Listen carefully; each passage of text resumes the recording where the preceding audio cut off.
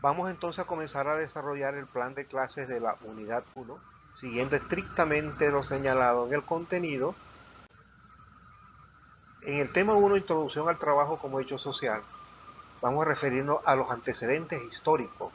Como hecho social, fíjense, muy ligado, por supuesto, a los movimientos de protesta social desde el siglo XIX, 1895, en la capital de la República, esos primeros movimientos de protesta social. Pasa el tiempo con el gobierno de Cipriano Castro, no se registran huelgas ni procesos relativos a la organización sindical, y ya en el gobierno de Juan Vicente Gómez, para 1935, ya podemos tener las primeras huelgas y las primeras organizaciones sindicales en Venezuela. En el gobierno de Isaías Medina Angarita y esa política de apertura pues consolida ese auge del sindicalismo que continúa con ese gobierno revolucionario de Rómulo Betancourt en el 1945, con ese régimen de amplias libertades políticas y sindicales. Todo esto lleva pues con el pasar del tiempo, en el 48 hasta que en el 58 con la caída de la dictadura de Marcos Pérez Jiménez, que se consolide ese movimiento obrero sindical y ya se instala, ya en épocas contemporáneas, la Confederación de los Trabajadores de Venezuela. Bien, fíjense acá cómo se hace referencia a las dos circunstancias del trabajo como hecho y el trabajo como proceso social.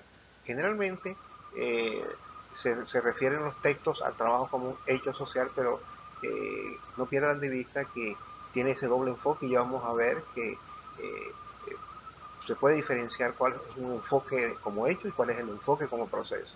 Acá vamos a revisar entonces que como hecho social se nos dice que implica desarrollo y progreso en condiciones y medio ambiente de vida y trabajo de los trabajadores, y por tanto el Estado asume su protección. Y asimismo también es considerado como proceso para alcanzar los fines del Estado. No se olviden de esto, de que como proceso está más relacionado es con los fines del Estado venezolano, como lo vamos a ver más adelante. Así se tiene entonces que el trabajo como un hecho social va a responder ese hecho a fenómenos sociales que se generan por la sociedad en forma colectiva y son externas al individuo a quien coaccionan para que se comporte de determinada manera.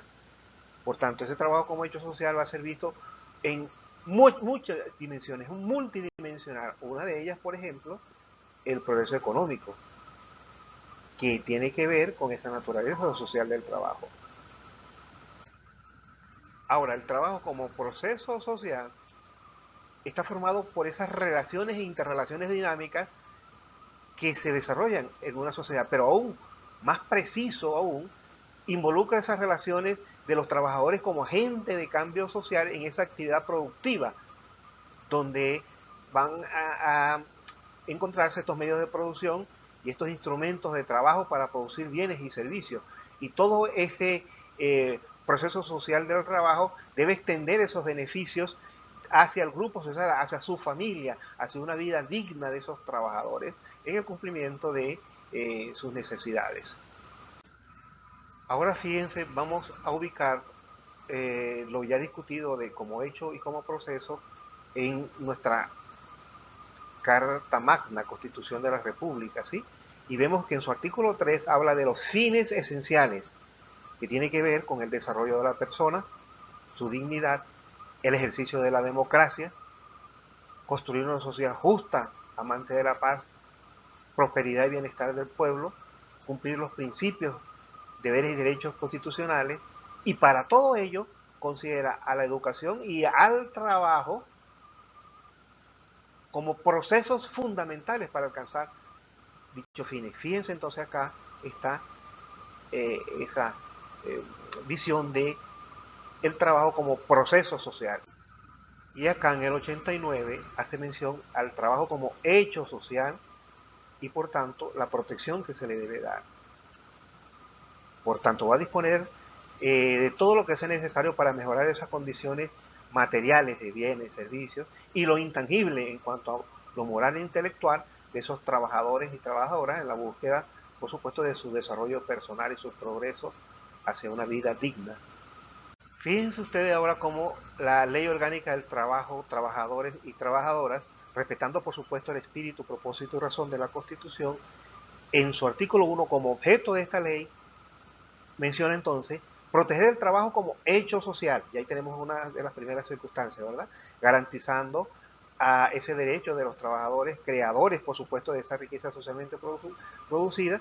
Y fíjense lo que el segundo aspecto, sujetos protagónicos de los procesos de educación y trabajo. Aquí está entonces la visión de eh, como proceso social del trabajo y como hecho social del trabajo.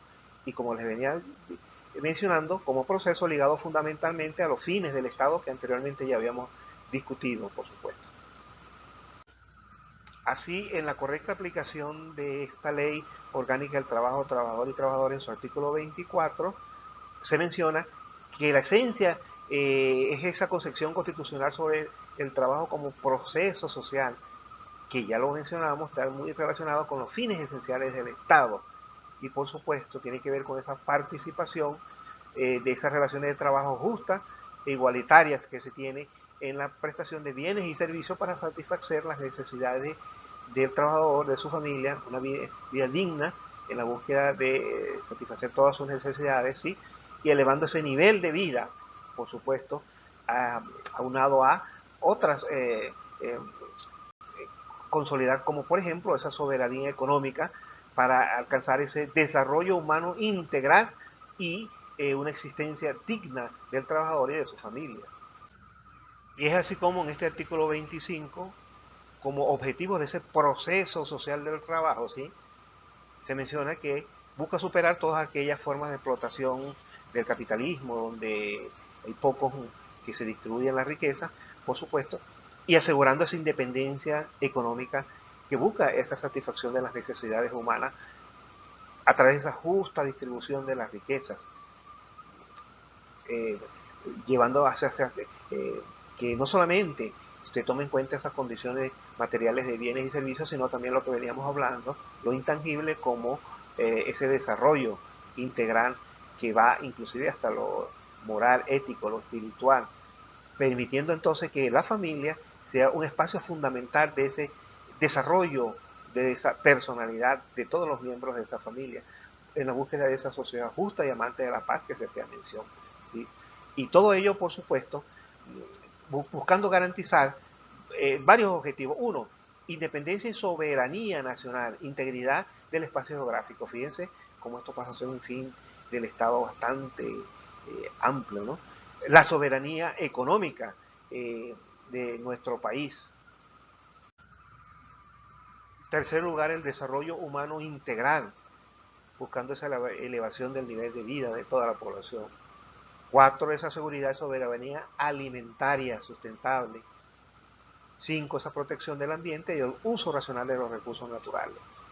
En este proceso social del trabajo, por supuesto, se requiere un diálogo social amplio, esa democracia participativa y protagónica, donde exista corresponsabilidad Estado, sociedad en la búsqueda de esa inclusión social.